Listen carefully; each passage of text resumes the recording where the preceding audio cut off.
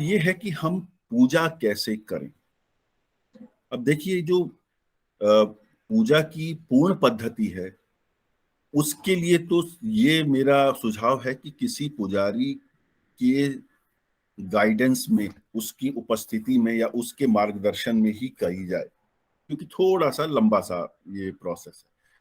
पर क्योंकि हमारे शास्त्रों में विधान है यथा सामर्थ्य कर पाने का, तो हम उस यथा सामर्थ्य यथा शक्ति के हिसाब से बात करेंगे यहाँ पर।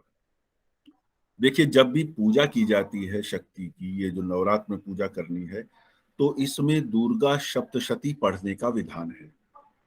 दुर्गा सप्तशती में 700 से कुछ 720 के करीब श्लोक हैं। इनका पाठ किया जाता है 8 दिन के अंदर। 8 दिन के अंदर इनका पाठ करने का विधान है। कुछ जगह केवल 3 दिन के अंदर ही पूजा का ये पूरा पाठ करने का विधान है। तो ये यदि कोई उस तरीके से पढ़ना चाहता है, दुर्गा सप्तशती के हिसाब से करना चाहता है, उसे संस्कृत पढ़नी आती है, वो उसे पढ़ सकता है, तो वो दुर्गा सप्तशती मूल संस्कृत वाली पढ़े। ये बहुत अच्छा है, बहुत अच्छा है मतलब। और उनके लिए मैं ये सुझाव दूंगा यदि उनका अभ्यास है तो ठीक है। जो व्यक्ति पहली बार आरंभ करना चाहते हैं, कोशिश करते हैं कि करके देखते हैं, उसमें कोई अपराध नहीं है, उसमें कोई पूजा में कुछ कमी रह जाएगी तो ऐसा नहीं है कि माता रुष्ट हो जाएंगी। लेकिन यदि कोई अभ्यास करना चाह रहा है और मूल रूप से संस्कृत में पढ़ना चाह रहा है, तो उसके लिए जो सबसे अच्छी पुस्तक मेरी दृष्टि में आई है, वो ये वाली है, गीता प्रेस की सरल श्री दुर्गा सप्तशती। सरल श्री दुर्गा सप्तशती, ये गीता प्रेस गोरखपुर का प्रकाशन है। ये पूरी मूल संस्कृत की ही है, लेकिन इसमें विशेषता क्या है, इसमें दरअसल क्या है, जब हम श्लोक पढ़ते हैं, लिखे होते हैं, तो वो संधि की होती है, शब्द बड़ा होता है। इसमें संधि छेद करके बताया गया है। संधि छेद करने से क्या है कि शब्दों को अलग अलग तोड़ दिया गया है, जिससे जो व्यक्ति पहली बार पढ़ रहा है, वो एक एक शब्द को पढ़ेगा और सही पढ़ेगा। जो संधि की हुए पूरा श्लोक होता है, वो हर कोई सही पढ़ पाए ऐसा आवश्यक नहीं है, थोड़ा कठिन होता है यदि संस्कृत का अभ्यास नहीं है, संस्कृत की जानकारी नहीं है। लेकिन इसमें पढ़ने में वो शब्द, एक एक शब्द अलग अलग किया हुआ है, इसलिए उसके पढ़ने में कोई गलती नहीं होगी, कोई त्रुटि नहीं रहेगी। इसलिए यदि वो लोग करना चाहते हैं और मूल रूप से करना चाहते हैं, तो ये सबसे अच्छी बेसिक और कंप्लीट बुक है। ऐसा नहीं है कि इसके बाद आपको कोई और प्रकार की सप्तशती पढ़ने की आवश्यकता पड़ेगी। ये अपने आप में कंप्लीट है यदि आप मूल संस्कृत वाली पढ़ना चाहते हैं। और इसमें ये सब दिया हुआ है कि यदि 8 दिन का सिस्टम करना है तो कौन कौन से पाठ पढ़ने हैं, 3 दिन का करना है तो कौन कौन से पाठ करने हैं। अब मैं इसी के बारे में थोड़ी सी जानकारी और दूंगा। देखिए, क्या करना है गृहस्थ की दृष्टि से, जिसे नहीं अधिक कुछ मालूम। सबसे पहले ये समझिए, एक क्रम होता है। जैसे किसी भी ऑफिस में, किसी भी ऑर्गेनाइजेशन में, किसी भी सरकारी कार्यालय के अंदर एक स्तर होता है। एक बड़ा अफसर है, उसके बाद उससे थोड़े दूसरे क्रम के अफसर आते हैं, फिर तीसरे क्रम के आते हैं, चतुर्थ क्रम के आते हैं, आदि इत्यादि इस तरह आते हैं। जो एक सामान्य व्यक्ति है, मैं इसमें अवश्य ही एक अपने ज्योतिषी और पंडित मित्र का नाम लेना चाहूंगा, श्री कालीनंदन जी। शायद कालीनंदन मुदगिल उनका पूरा नाम है। उनसे मेरी लगभग 2 वर्ष पहले बात हुई थी, इसी संदर्भ में एक लाइव सेशन किया था हमने, वो नवरात्रि पूजन पे।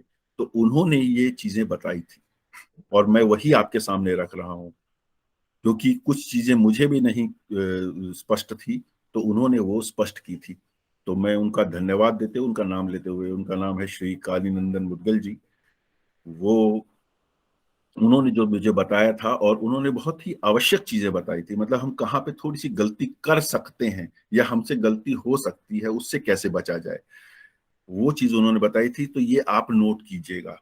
कहीं कंफ्यूजन होगा तो मेरे से बाद में पूछ लीजिएगा, पर पहले मुझे कंप्लीट करने दीजिएगा। तो हमने कलश स्थापना कर ली है, वो सब कुछ हो गया है।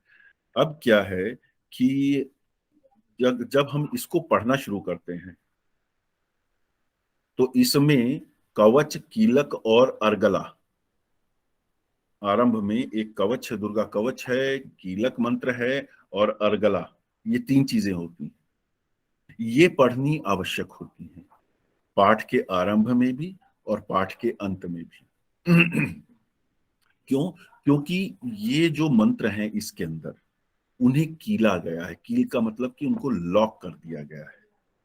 जैसे क्या होता है, क्योंकि ये शक्ति की उपासना है, आप क्या किसी बच्चे के हाथ में रिवॉल्वर लोड करके दे देंगे? नहीं। कहीं गलती से उसने कोई बटन दबा दिया तो मिस फायर हो जाएगा, कुछ गड़बड़ हो सकती है। इसी प्रकार ये दुर्गा सप्तशती के जो मंत्र हैं वो बहुत ही शक्तिशाली मंत्र हैं, और यूं ही कोई पढ़ ले और उसका प्रभाव अगर आ गया तो गड़बड़ हो सकती है। तो इसलिए वो जो है वो चीजें कंट्रोल में रहें, उसके लिए इसको कीला गया है, कीलित किया गया है भगवान शिव द्वारा। तो वो पहले वो जो लॉक है, जो कीलन है, उसको हटाना होता है, और उस हटाने के लिए अर्गला, कीलक और देवी कवच ये पढ़े जाते हैं। वो इसी में दिए हुए हैं, वो इसी पुस्तक में दिए हुए हैं, दुर्गा सप्तशती के पढ़ने में के पूर्व भी, और जब पूरा हो जाएगा पाठ तब भी पढ़ा जाता है। लेकिन यदि किसी के पास समय का अभाव है, समय का अभाव है, तो इसी के अंदर एक और मंत्र दिया हुआ है। वो आ, उसका नाम है कुंजिका स्तोत्र, सिद्ध कुंजिका स्तोत्र। यदि कीलक, कवच और देवी और ये अर्गला नहीं पढ़ना है तो कुंजिका स्तोत्र पढ़ा जा सकता है, और कुंजिका स्तोत्र भी उसी प्रकार पाठ के आरंभ में और पाठ के अंत में ये पढ़ा जाना चाहिए। हालांकि इसके लिए आदेश ये है भगवान का कि ये गुप्त रखना है। वही गुप्त, वही बात है कि आप जिस अलमारी के अंदर अपनी लोडेड गन रख रहे हो उसकी चाबी भी इजीली एक्सेसिबल ना हो। गुप्त रखने का अर्थ ये है। तो ये थोड़ा सा ध्यान रखने वाली चीजें हैं, पर क्योंकि उन्होंने, पंडित जी ने मुझे बताया था तो मैं आपको बता रहा हूं। तो ये पढ़ा जाना चाहिए आरंभ और अंत में। उसके अतिरिक्त पाठ आरंभ करने से पहले हनुमान जी की आराधना और भैरव जी का कोई मंत्र ये अवश्य करना चाहिए, क्योंकि ये बिल्कुल वैसा है कि अगर माँ दुर्गा डीसी हैं तो हनुमान जी उनके नीचे, जो ये कोई नीचे वाले क्रम के एक ऑफिसर हैं, या जैसे कहा जाता है कि एक शहर में या किसी एक जिले में अंदर एक डीसी होता है, एक कमिश्नर होता है, एक कोई पुलिस इंस्पेक्टर होगा, कोई इस तरह एक क्रम होता है। तो जो पुलिस वाले हैं, जो उन्हें मालूम है कि डीसी के लिए क्या आवश्यक है, ये सामान्य व्यक्ति को नहीं पता। या उस जिले में प्रधानमंत्री आ रहा है तो डीसी को मालूम होगा कि उसके लिए क्या तैयारी आवश्यक है। हम सीधे सीधे अगर प्रधानमंत्री से मिलने जाएंगे तो गड़बड़ हो सकती है, गिरफ्तार किए जा सकते हैं।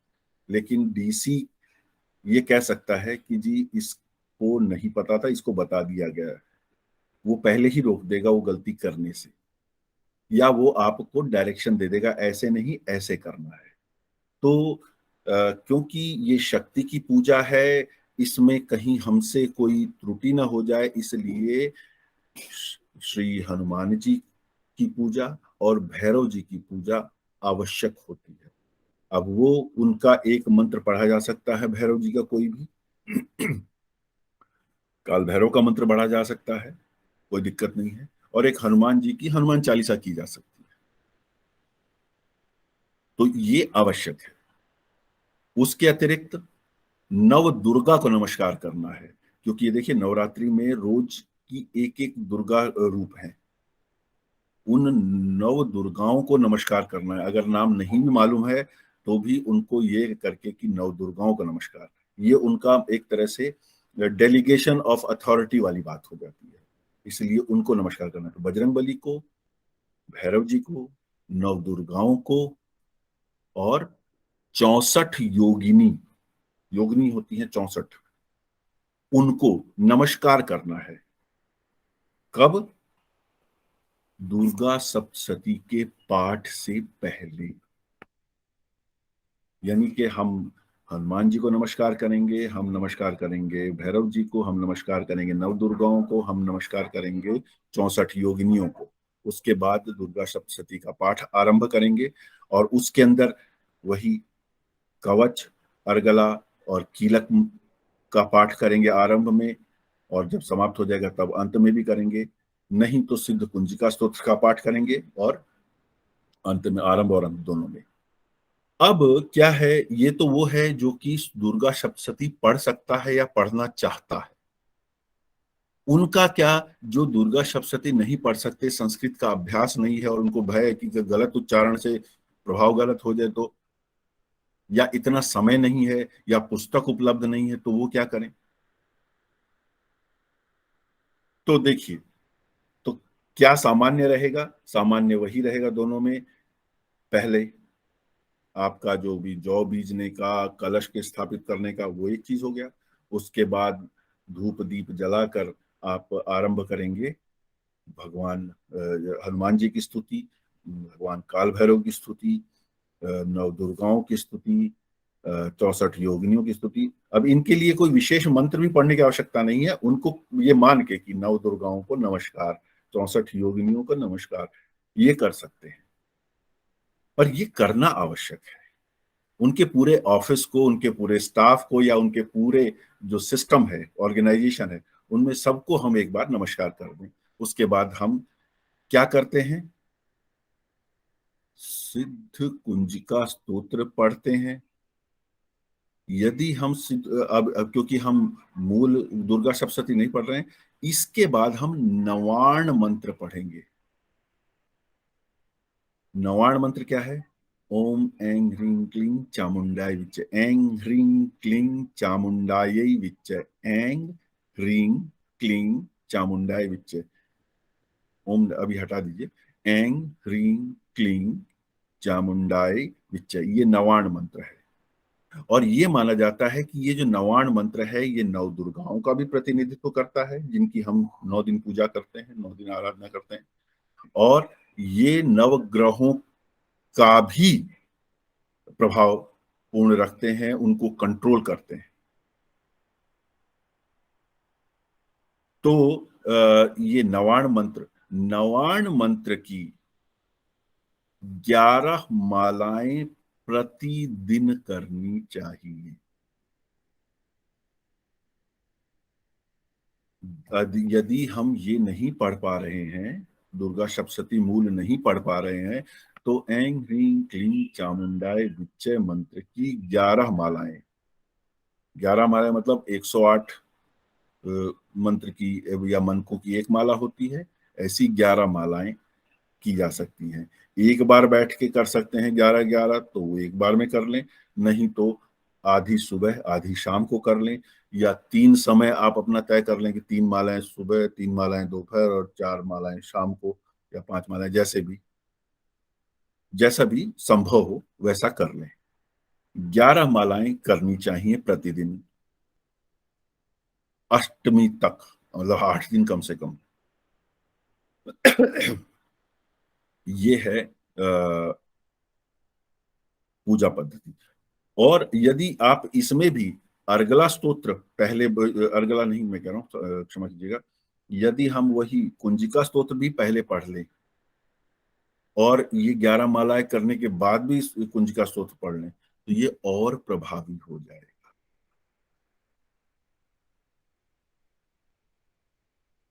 अर्थात हमारे पास 2 मार्ग हैं। एक वो जिन्हें श्री दुर्गा सप्तशती मूल पढ़नी है या पढ़ सकते हैं? उसमें कलश स्थापन इत्यादि के बाद, धूप दीप जलाने के बाद हमें आरंभ करना है हनुमान जी की स्तुति से, काल भैरव की स्तुति से, नौ दुर्गाओं को नमस्कार करके, 64 योगिनियों को नमस्कार करके, और फिर सिद्ध कुंजिका स्तोत्र पढ़ना है। और उसके बाद हम आगे दुर्गा सप्तशती प्रथम अध्याय से आरंभ कर सकते हैं। यदि हम दुर्गा सप्तशती नहीं पढ़ सकते किसी भी कारण से और हमें फिर भी आराधना करनी है, तो हम नवाण मंत्र पढ़ सकते हैं। सिद्ध कुंजिका स्तोत्र पढ़ने के बाद नवाण मंत्र, ऐं ह्रीं क्लीं चामुंडाय विच्च, यह मंत्र हम पढ़ सकते हैं। 11 मालाएं प्रतिदिन करनी, ये सजेस्टेड है। क्योंकि यदि हम विशेष पूजा कर रहे हैं, ये शक्ति पर्व है, और जैसा कि मैंने पहले बताया कि हमें शक्ति पर्व में हम ये माना जाता है कि ये तीनों की इसमें पूजा हो रही होती है इन 9 दिनों के अंदर, महाकाली, महालक्ष्मी, महासरस्वती। अर्थात जीवन में हमें शौर्य भी चाहिए, पराक्रम भी चाहिए, जिसको काली माँ के रूप में हम देखते हैं। हमें धन भी चाहिए, हमें संपन्नता चाहिए, ताकि किसी के आगे हाथ न पसारना पड़े, तो हम लक्ष्मी के रूप में उस शक्ति को देखते हैं।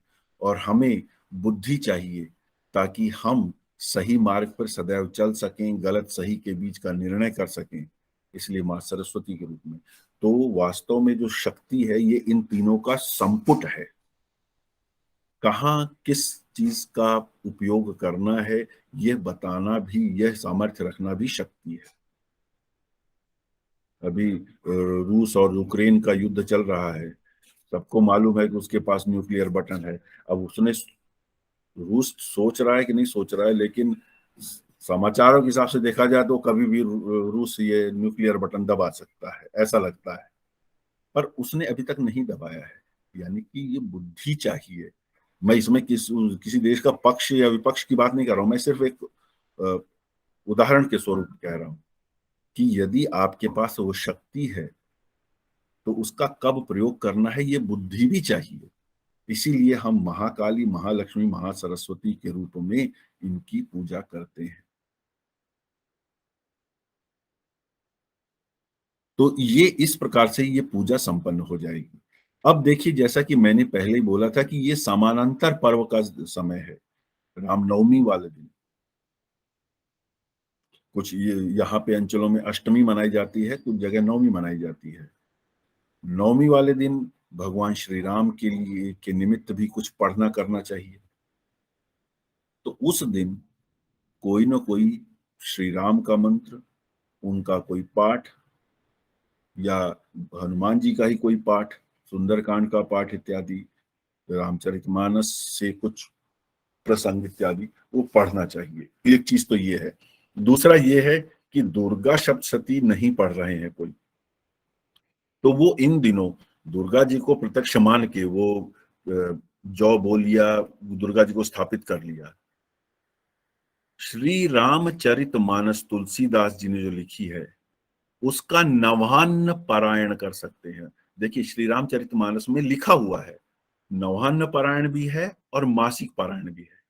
मासिक पारायण का मतलब है कि चैप्टर्स जो हैं, जो उनके अध्याय हैं, उनको इस तरह से भागों में बांटा गया है कि एक मास के अंदर वो पूरी रामचरितमानस व्यक्ति पढ़ ले। मासिक विश्राम या नवान्न विश्राम उसमें लिखे होते हैं। जब जब हम उनको पढ़ेंगे तो वो लिखा होता है अंत में, तो वहां विश्राम कर सकते हैं।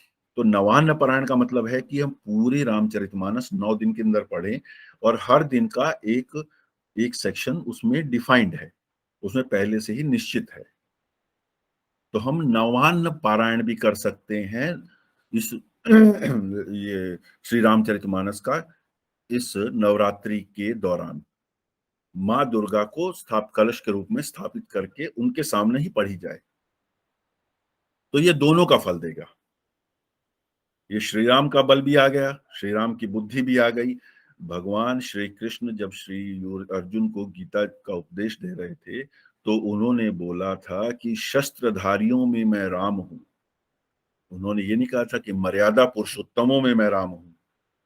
उन्होंने बताया शस्त्रधारियों में मैं राम हूं। शस्त्र कब चलाना है, किस पर चलाना है, कैसे चलाना है, यह श्री राम को ज्ञात था, इसलिए वो शस्त्रधारियों में राम हूं ऐसा कहते हैं। और क्योंकि ये शक्ति पूजन का पर्व है, तो जैसा कि अभी मैं पहले वही उदाहरण दे रहा था कि अगर लोडेड गन दे दी गई, उसका उपयोग भी तो करना आना चाहिए, वरना तो गड़बड़ हो सकती है, अपना ही नुकसान हो सकता है। तो इसलिए नवरात्रि के दौरान यदि हम दुर्गा सप्तशती का पाठ किसी कारण से नहीं कर सकते, या हम 11 मालाएं नवाण मंत्र की भी नहीं कर सकते, तो एक माला नवाण मंत्र की कर लें और श्री रामचरितमानस का नवान्न पारायण करें। रोजाना एक सेक्शन करें, वो 9 भागों में बटी, उसमें लिखा हुआ है कि नवान्न पारायण के लिए कहाँ कौन से चैप्टर में तो वो 9 दिन के अंदर पूरी हो जाएगी। तो नवान्न पारायण भी किया जा सकता है, और जिस दिन पारायण पूरा हो जाए उस दिन आप हवन यज्ञ इत्यादि जैसे माँ दुर्गा के लिए करते हैं वैसे उसके लिए भी कर सकते हैं। तो ये अपनी चॉइस की बात है। तो उसमें आपकी नवरात्रि पूजा भी संपन्न हो जा रही है, और श्री राम की जो श्री राम नवमी के निमित्त जो पूजा है वो भी संपन्न हो जा रही है। तो ये तो थी दोनों पूजाओं को करने की पद्धति। अब यदि आपका कोई प्रश्न है, कोई कंफ्यूजन है, तो आप पूछ सकते हैं।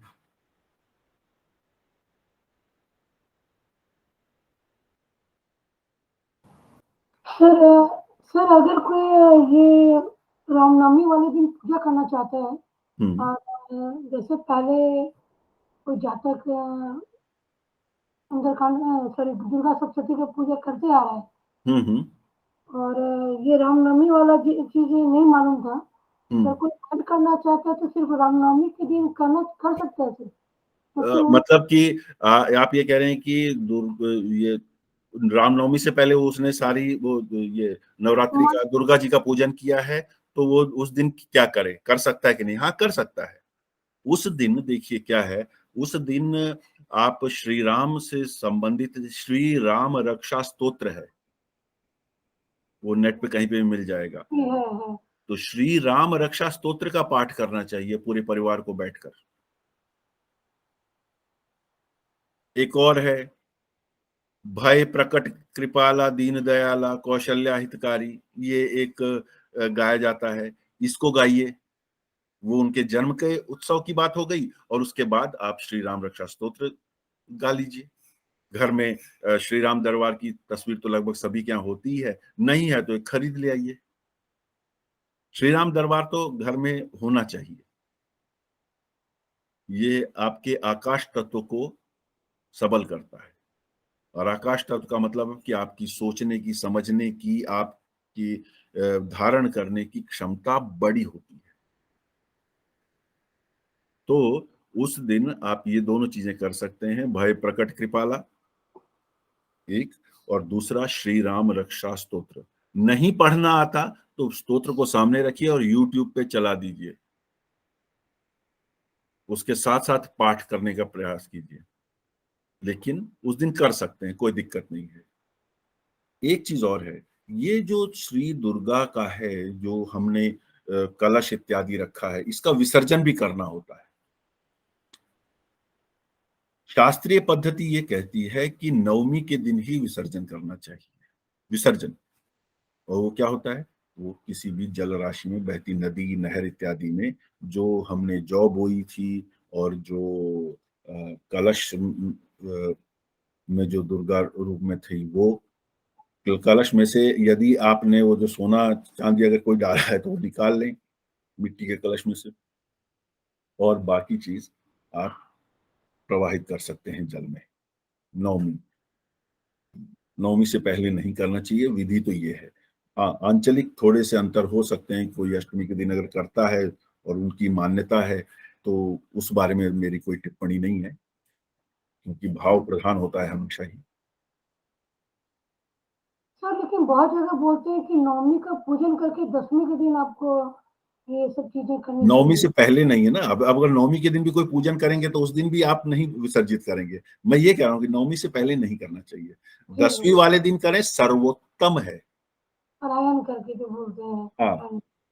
तो सर 10 बहुत जगह बताते हैं कि वो जो कलश का पानी है उसको आप अपने घर में घर में, हाँ, छिड़किए ताकि घर में उससे पॉजिटिविटी आए। हाँ। अच्छा, एक चीज और इसमें थोड़ा सा एक अपने लिए एक कवच कैसे बनता है वो भी मैं बता देता हूँ। ये इसको नोट कर लीजिएगा सभी। जो हम कलश रखते हैं तो कलश के चारों तरफ जो हमने वो रखा है नारियल, या तो वहां पर या कलश के बाहर, उसके साथ ही, कलश के साथ ही जो मिट्टी जहां पे लगी है वहां पर, इन दोनों में से कहीं पे भी लौंग लीजिए साबुत, मतलब ऊपर उसका फूल भी हो, 9 ले लीजिए। 9 लौंग आप उसके इर्द गिर्द गाड़ दीजिए। मिट्टी पे है। मिट्टी पे गाड़ दीजिए, नहीं तो जो नारियल रखा है उस नारियल के नीचे खोस दीजिए। 9 रख दीजिए, 18 रख दीजिए, 27 रख दीजिए। ठीक है, ये पूरी पूजा के दौरान रहने दीजिए। जिस दिन विसर्जन करना हो उन लौंग को निकाल के आप एक डब्बी में बंद करके रख लीजिए पूजा स्थान पर। और जब भी कभी लगे कि किसी पे घर में कहीं लग रहा है कि नजर लग रही है या कुछ नकारात्मकता यदि अधिक बढ़ गई है, तो वो एक लौंग उस व्यक्ति को, जिससे लगता है कि उसमें वो नकारात्मकता बढ़ गई, उसको दे दीजिए।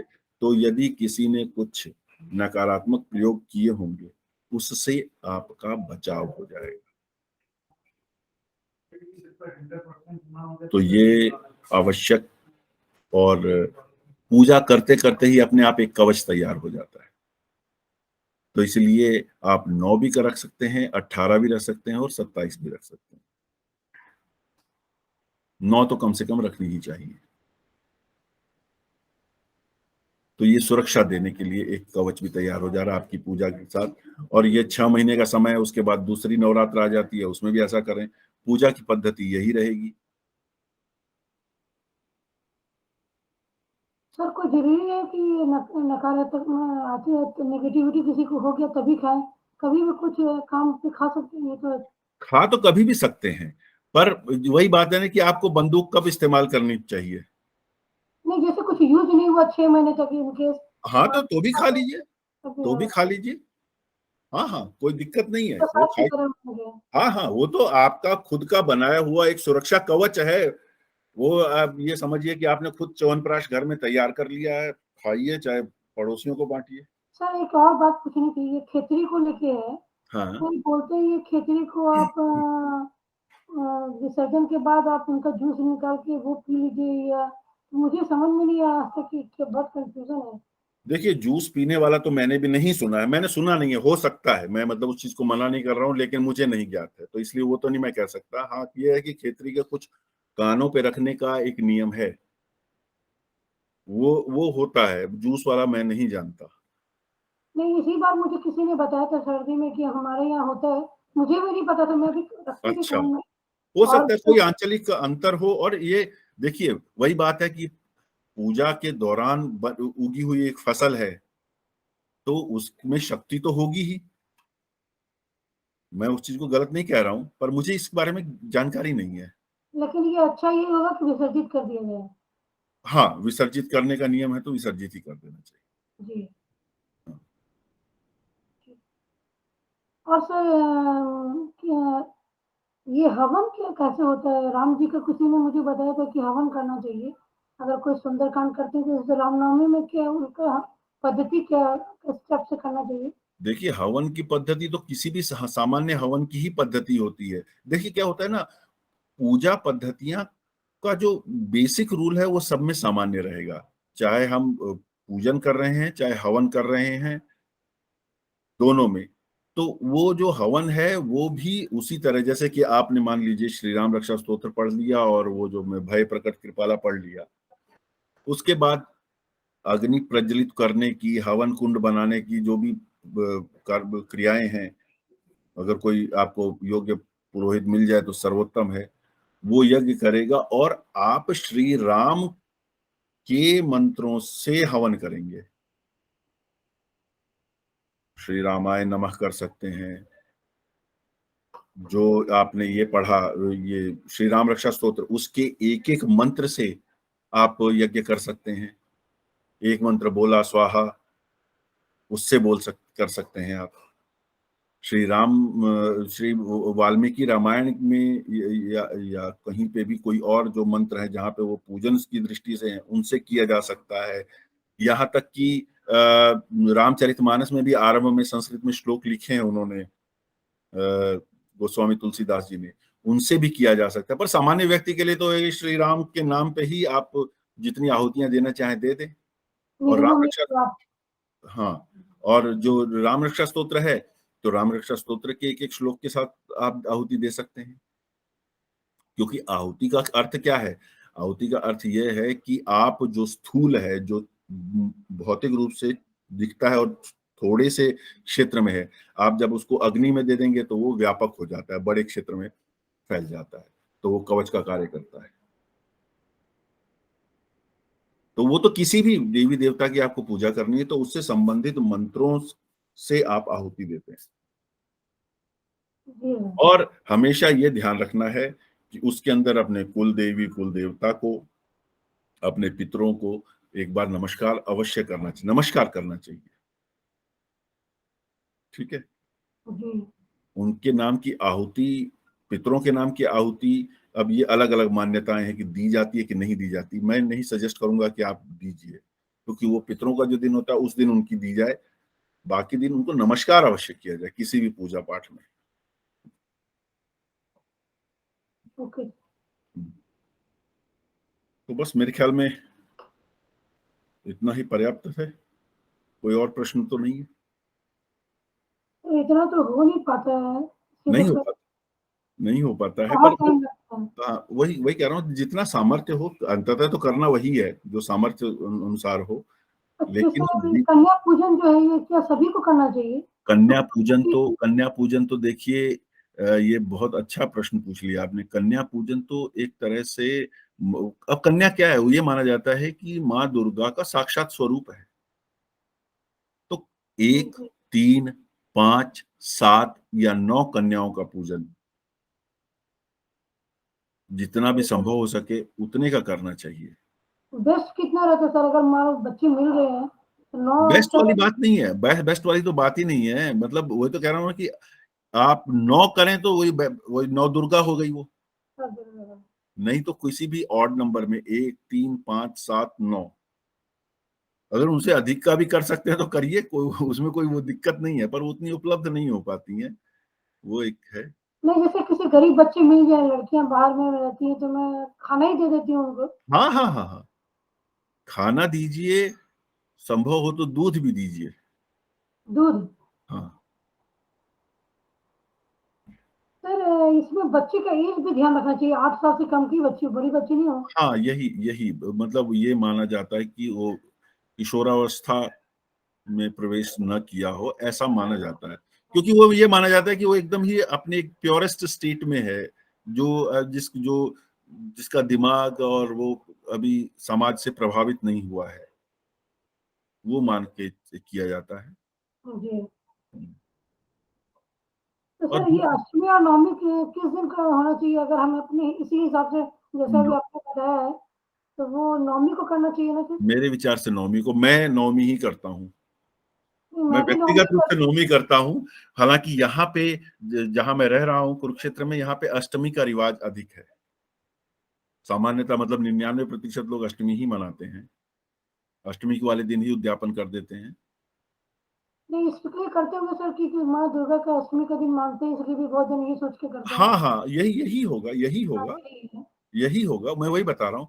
पर मैं नवमी मनाता हूँ क्योंकि उसमें फिर दोनों हो जाते हैं, जी, मैं और भी क्योंकि नवमी वैसे करती भी हूँ पर्व भी सर। 9 दिन का है तो वो पूरा हो जाता है।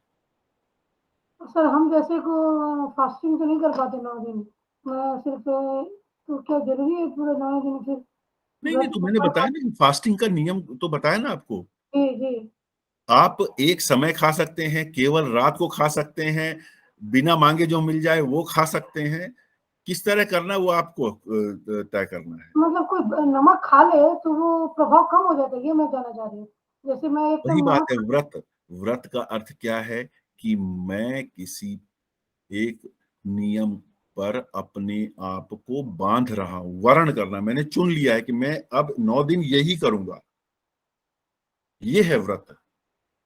किसी ने बोला सर कि नमक अगर नहीं खाया जाए तब वो फल ज़्यादा पूजा ज़्यादा सफल होता है, तो वही मैं आपसे पूछ रही थी। देखिए क्या है, नमक में भी क्या होता है कि सेंधा नमक। ऑल्टरनेटिव आ गया है कि सेंधा नमक खाया जाए। देखा जाए तो सेंधा नमक ही खाना चाहिए वैसे भी। ये जो नमक है, ये शुद्धि की दृष्टि से उतना अच्छा नहीं है, पौष्टिक होने की दृष्टि से भी उतना अच्छा नहीं है जितना कि सेंधा नमक है।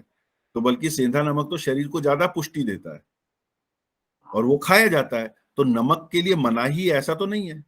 जब सेंधा नमक खा रहे हैं तो नमक के लिए मनाही कहाँ हो गई। नहीं, हमारे यहाँ बोलते हैं नमक पूजा में अगर नहीं खाते हैं तो वो ज़्यादा अच्छा नहीं नहीं, मानते वो तो देखिए वो हर जगह है, वो हर पूजा में है कि आप यदि खाली पेट या नमक इत्यादि, देखिए क्या होता है, समझने की आवश्यकता क्या है, नमक का अर्थ क्या है। हम नमक इस्तेमाल करते हैं, उससे क्या आता है, एक चटखारापन आता है। हैं। एनर्जी भी आता है। नहीं नहीं, वो एक अलग चीज है। एक चटखारापन, एनर्जी तो आप अगर कोई प्राकृतिक चीजें खा लेंगे, आप केला खा लीजिए, आपको नमक की आवश्यकता नहीं पड़ेगी क्योंकि सोडियम पूरा हो जाएगा आपके शरीर का। तब आपको नमक की आवश्यकता नहीं है। नमक तो सोडियम की आवश्यकता को पूरा करने के लिए चाहिए। अगर शरीर की सोडियम की आवश्यकता पूरी हो जा रही है, नमक क्यों चाहिए। हमें नमक चाहिए होता है स्वाद के लिए। आदत हो गई है कि फीका नहीं खा पाते हम, तो वो जो स्वाद है उसके लिए हम नमक खा रहे हैं। व्रत में नमक नहीं खाना है यानी कि हम स्वाद का, चटकारेपन का त्याग करने का अभ्यास कर रहे हैं। और जब हम किसी भी चीज के त्याग करने का अभ्यास करते हैं तो वो तो ज्यादा फल देगा ही। आपका 12वां घर ज्योतिष की दृष्टि से मजबूत हो जा रहा है।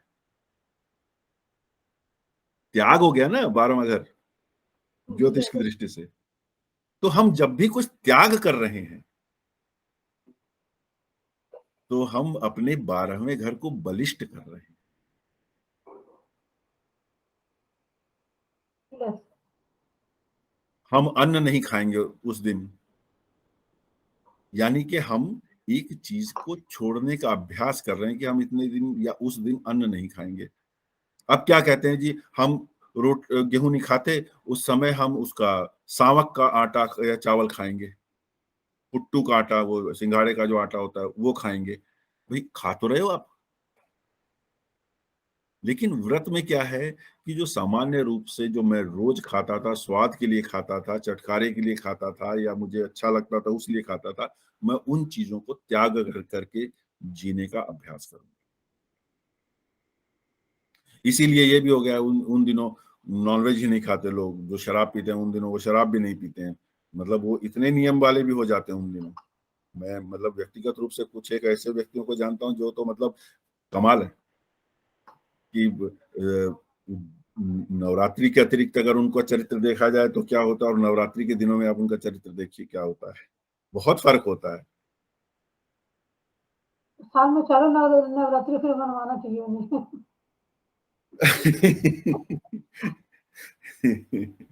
तो ये गुप्त नवरात्रि मना करते हैं कि गृहस्थ के लिए नहीं होना चाहिए। गुप्त नवरात्रि वही मतलब वो आध्यात्मिक पक्ष ज्यादा बड़ा है उसका। रख सकता है, लेकिन वही बात है, उसके नियम पालना कठिन होता है। देखिए मनाही जैसा कुछ नहीं है, ये एक समझने वाली बात है जी। कि भाई अगर आप गृहस्थ हैं तो अब देखिए ना, एक सामान्य सी बात है, घर में मंदिर नहीं रखना चाहिए। क्यों नहीं रखना चाहिए। उस हिसाब से शुचिता नहीं रहती है हाँ, घर। वो शुचिता हम नहीं रख पाते पर लोग फिर भी बना लेते हैं। फिर वो गड़बड़ी होती है तो फिर सोचते हैं कि हम तो पूजा कर रहे हैं फिर भी ये गड़बड़ी हो रही है। नहीं भाई, नियम नियम है।